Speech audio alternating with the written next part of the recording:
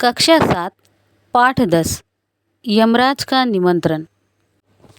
पात्र राजा अभिमान सिंह, मंत्री कृपापाल सिंह,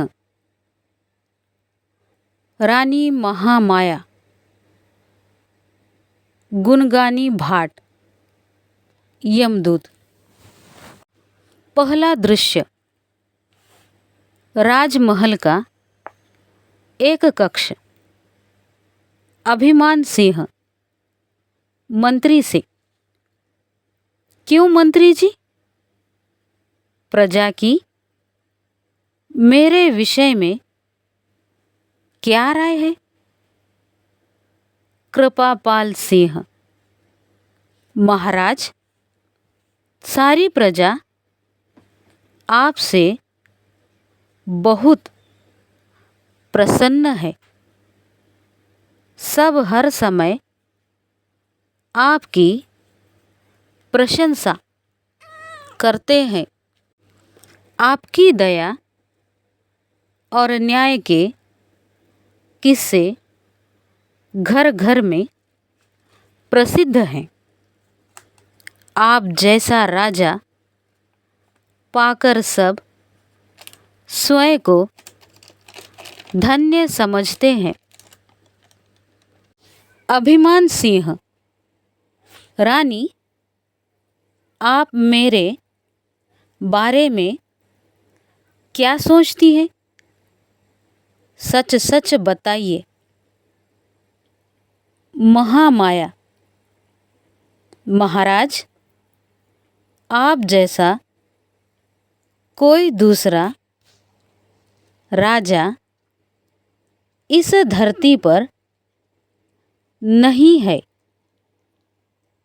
अभिमान सिंह, गुणगानी जी, आप प्रतिदिन मेरी बड़ाई के गीत गाते हैं, परंतु आज सच सच बताइए कि मैं आपको कैसा लगता हूँ? गुणगानी, हे अन्नदाता, मैं कभी आपकी झूठी बड़ाई नहीं करता। आपके एक एक गुण की प्रशंसा करते हुए एक एक पुस्तक लिखी जा सकती है। आप ऐसे वीर हैं कि जब आप चलते हैं तो पृथ्वी डगमगाने लगती है, हिमालय थर्राने लगता है और शेषनाग की पीठ पर छाले पड़ जाते हैं। लक्ष्मी आपकी आँखों में रहती हैं और सरस्वती आपकी कलम रूपी जिह्वा पर बैठी वीणा बजाती हैं। आपके प्रताप से ही सूर्य चंद्र चमकते हैं। यदि आप न हो तो सब जगह अंधेरा फैल जाए। महाराज, आप तो बस आप ही हैं। अभिमान सिंह, इसका मतलब मुझे अभी बहुत वर्षों तक राज करना चाहिए। सब एक साथ कम से कम 100 वर्षों तक। महाराज, सब चले जाते हैं दूसरा दृश्य। राजा अभिमान सिंह एक सजे हुए पलंग पर सोया हुआ है। तभी वहाँ एक मोटा तगड़ा काला यमदूत प्रकट होता है।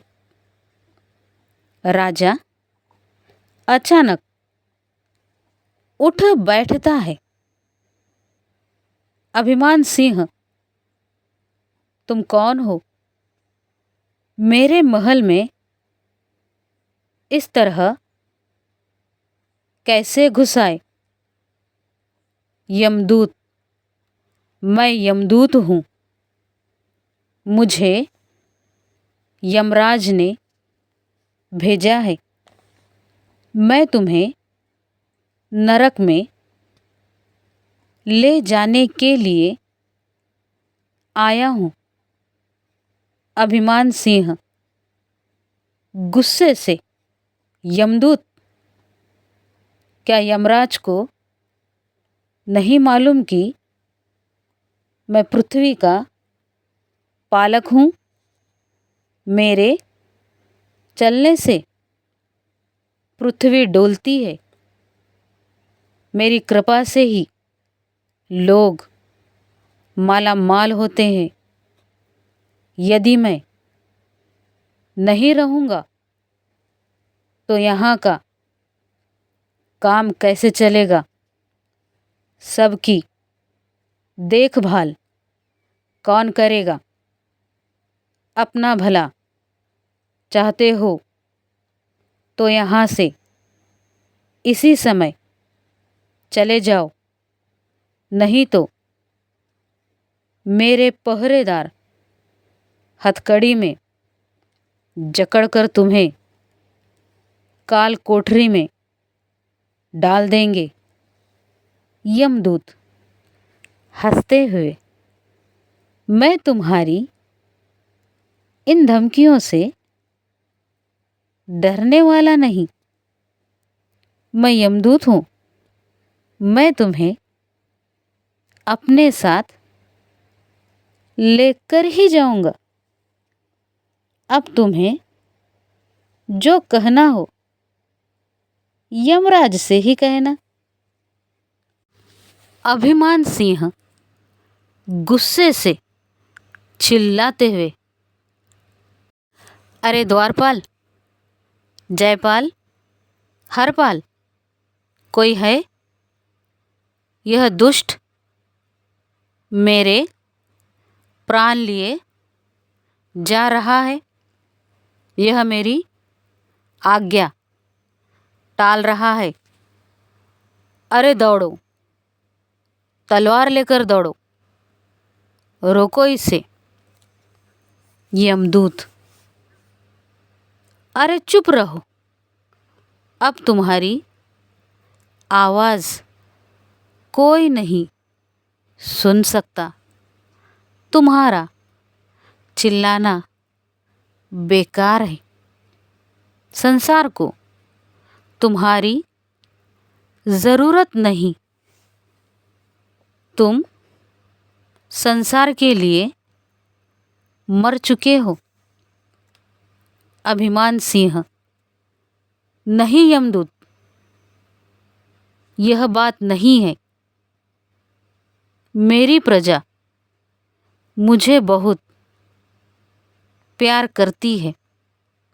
मेरे बिना वह अनाथ हो जाएगी। आप मेरी बात सच मानिए। मुझे छोड़ दीजिए। मैं आपको बहुत धन दूंगा।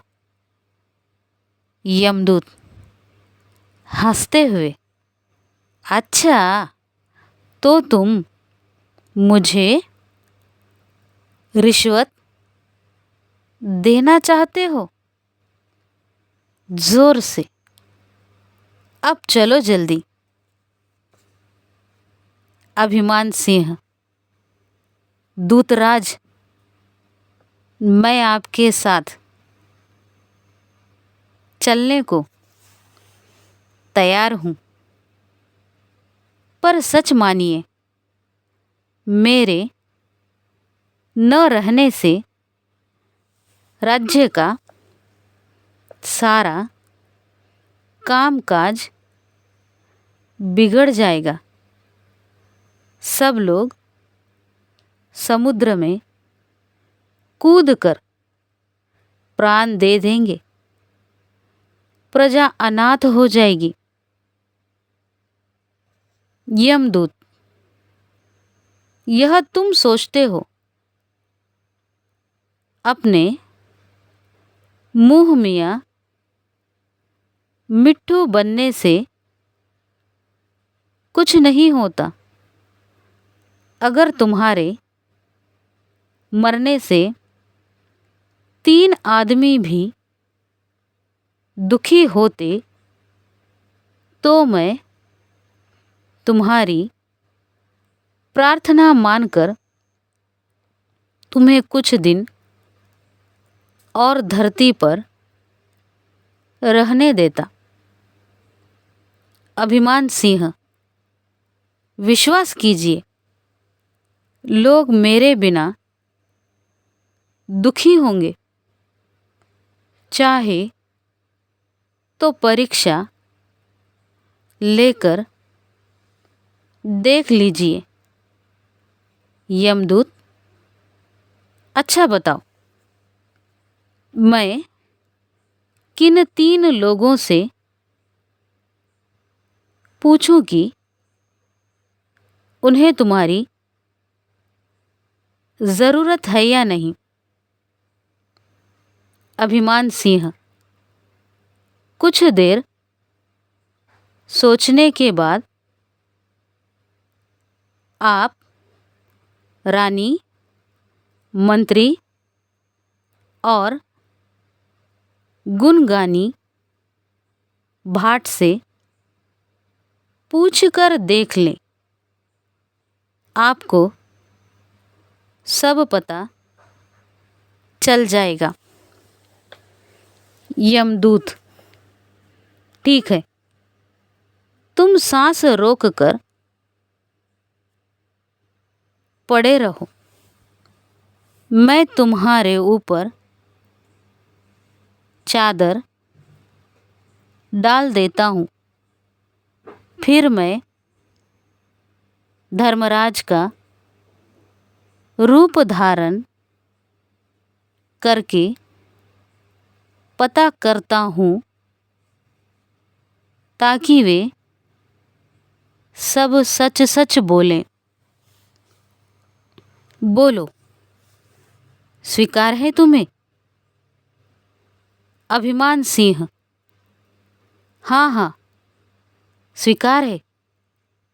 यमदूत राजा को चादर से ढकता है और स्वयं पलक झपकते ही वेश बदलकर रानी महामाया को वहाँ बुलवाता है। यमदूत धर्मराज के वेश में, महारानी, यह आपके पति राजा अभिमान सिंह का शव है। क्या आप चाहती है कि मैं इन्हें फिर से जिंदा कर दूं? महामाया, नहीं नहीं धर्मराज, मैं तो इनसे परेशान थी। अच्छा है कि अब इनकी जगह मेरा बेटा राजा बनेगा और मैं राजमाता कहलाऊंगी। यमदूत, अच्छा, अब मंत्री को बुलवाइए। इसके बाद कक्ष में मंत्री का प्रवेश होता है। मंत्री: कहिए प्रभु, क्या आज्ञा है? यमदूत: राजा का शव देख रहे हो, क्या इन्हें कुछ दिन और इस संसार में रहना चाहिए? मंत्री: नहीं महाराज, मैं इनसे बहुत परेशान था। ये मेरी कोई बात नहीं सुनते थे, बस अपनी कहते रहते थे। खुद तो पागल थे ही, मुझे भी पागल बना दिया था। भला मैं ऐसे व्यक्ति के और जीने की कामना क्यों करूं? यमदूत: अच्छा जाओ, गुनगानी को भेजो। गुनगानी भाट का प्रवेश। गुनगानी: जय हो महाप्रभु। यमदूत: तुम राजा के प्रिय भाट थे। जीवन भर तुमने उनका गुणगान किया। अब वह इस संसार में नहीं रहे। तुम उनकी बड़ाई में दो शब्द कह दो। गुनगानी भाट: प्रभु, मैं अब क्या कहूँ? राजा तो इतना घमंडी था कि पूछिए मत। इनकी झूठी प्रशंसा करते करते थक गया हूँ। अच्छा हुआ जान छूटी। अब मुझे और झूठ नहीं बोलना पड़ेगा। यमदूत राजा से: अब तो तुम्हारे सारे भ्रम दूर हो गए ना?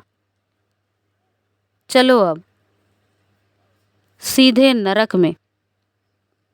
यमदूत राजा को ले जाता है। पर्दा गिरता है।